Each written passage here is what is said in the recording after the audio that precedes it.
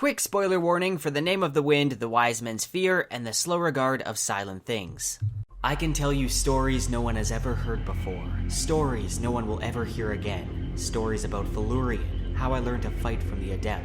The truth about Princess Ariel. This is the single time that Princess Ariel has been mentioned in the Kingkiller Chronicle so far, so it's led to a lot of fan speculation, and for good reason. I mean, this is one of the things that's going to be revealed in the long-awaited third book. There's actually quite a bit of clues as to who this princess could be. Now, it could be an entirely new character introduced in the next book, but knowing Patrick Rothfuss, he likes to hide things in plain sight, like right under our noses.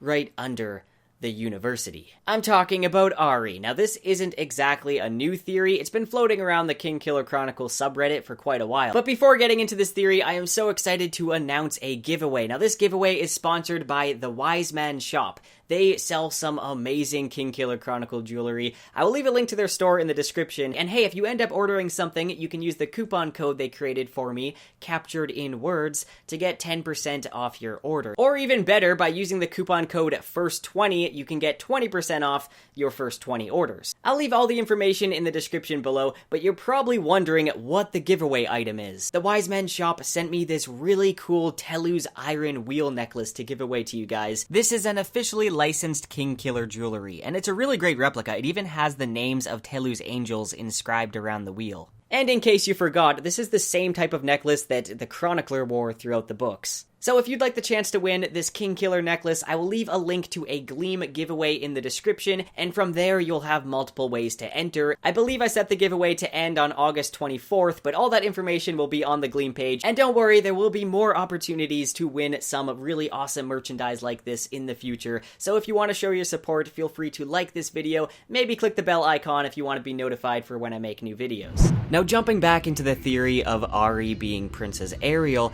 let's first start off by talking about Auri. Now, she's obviously a very mysterious character, and she's also probably my favorite. She lives in the Underthing, an ancient network of tunnels and rooms beneath the university that hint at some long-lost history. And like the Underthing, Auri's history is also shadowed in mystery. We don't know a whole lot about her backstory. It is safe to assume that she's broken in some way, whether like Eladin, where the mental stress of practicing naming has taken a toll on her mind, or from some tragic past event, or maybe even from both. It hasn't exactly been revealed yet, but in the Slow Regard of Silent Things, we do get some more information. It's strongly hinted that she's a victim of abuse. There's also evidence to believe that she's not only a powerful namer, but also a shaper. The evidence being that she makes the whole world bend to her will as she makes a candle for qoou. Now, it's also revealed that she studied with Master Mandrake, the Master Alchemist, so I would say this is proof that she once was a student at the university. Now, connecting her to a princess isn't as far-fetched as you'd think. Throughout the books, there's actually quite a bit of clues that our little moon fae Auri is of royalty. This especially shows in her mannerisms. There's many quotes with her making curtsy-like gestures, eating very formally, and just overall presenting herself like a princess. And even Eladin gives her a formal bow the first time he meets her. Something to note about this meeting is that Auri already knew to address him as Master Eladin, yet Eladin doesn't mention her name at all, as if he didn't want to reveal her true name to qoou. But wouldn't people talk about a princess going to the university?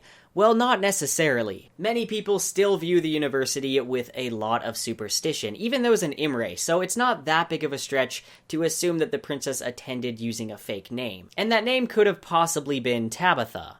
And there was Tabetha, Sim said darkly. She made all that noise about how Ambrose had promised to marry her. She just disappeared.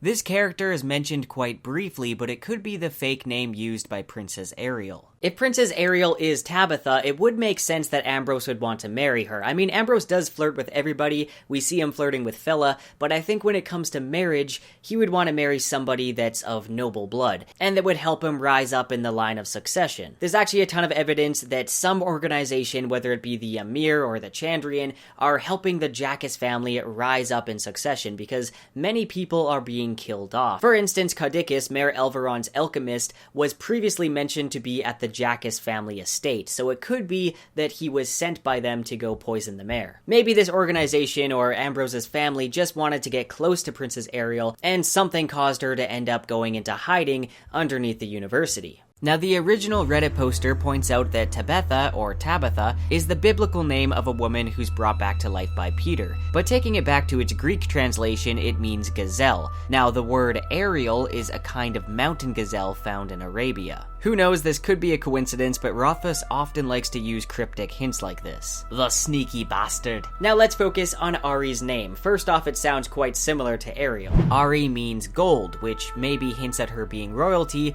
or it could just refer to her hair. But her name is important, as Kvothe was the one who gave it to her, and this action is what made Elodin accept him as a student. So it must have showed some type of naming skill, maybe just because it's so close to her real name, Ariel. Elodin nodded. "It is a lovely name," he said politely. "And it suits you." "It does," she agreed. "It is like having a flower in my heart." The mention of a flower in her heart is interesting because there's many instances in these books where certain stories mirror other stories, and it's possible Kvothe and Auri's story mirrors the Fasting Way War. This involves a young man that goes to the Cathay and takes a flower to heal the deathly ill princess. They end up falling in love despite the princess being betrothed to a neighboring prince. They try to escape by moonlight, but he falls from the rooftop and they're caught. The princess is then married, but ends up stabbing the prince and killing him on their wedding night. This causes a huge civil war, the Fasting Way War. So relating this back to the theory, Auri is a broken and cracked character. Kvothe heals her by bringing her a flower, aka a new name. We can already see the progress of Auri healing. She's gone from running away from Kvothe to making jokes with him. And his music also seems to be helping her. She can't get enough of it, and she even brags about it to Mola and Elodin. This also seems to be the one time when Kvothe plays out his heart without trying to impress a crowd or gain a patron. Though perhaps he's gained one in Auri. Now, it does honestly seem like Auri is beginning to fall in love with Kvothe. So far, his love is more in the protective way, not really the romantic way. Maybe this changes, though it doesn't have to mirror the story identically. But I just can't really see Auri stabbing somebody. I mean, you never know. If this prince does end up being Ambrose, and maybe they have a bit of history, also if Ambrose hurts Kvothe, I could see Auri retaliating. This would also mirror the story of a Rue man stealing away a nobleman's daughter, which is the same story as Kvothe's parents. Check out my video on Kvothe being a Lackless if you want to know more about that. Playing his lute seems to help her out of this state. Now this also kind of mirrors how Jax played his flute and the moon came to him. Now there's a ton of moon representation around Auri, and I think she kind of represents the moon in some way. Now Auri is so appreciative of Kvothe giving her a name that she plans on doing the same for him. I think this name might be Dualator. My first mentor called me Alir because I was clever and I knew it. My first real lover called me Dualator because she liked the sound of it. It's not Felurian, Kvothe didn't love her, and I don't think lover needs to be sexual in this case. Emphasis on real. I think this is someone who he truly loves and would do anything to protect. Of course, this could end up being Denna, but I think there's a possibility it could be Auri. Lator means rogue or thief in Hungarian, and Kvothe steals Princess Ariel. This is a bit of a stretch, but Rothfuss does play with languages a lot in his names. Now, in Slow Regard, it's revealed that Auri is also making a place for him in the Underthing, and I think in the third book he'll end up having to hide from someone down there. She's also saving a book for him that he's looking for, which most likely has information on the Emir and the Chandrian, and she uses her Shaper power to make a candle for him. She's letting him into her life, and I think it's quite evident she loves him. Now, I'll quickly mention this since we're on topic, but another thing that can be mirrored is the rescue of the two girls from the fake Ademaru troop. The girl Kryn is described by Kvothe to resemble a younger version of Denna, and after everything that happened, she's strong enough to help take care of Ellie. Ellie is the blonde-haired girl, the other one that was rescued, and she was in shock the entire time. She seems to be in this sort of dreamlike state, and Kvothe and Kryn try to help her through this. I think these two act as symbols for Denna and Auri, as well as the dark side and the light side of the moon.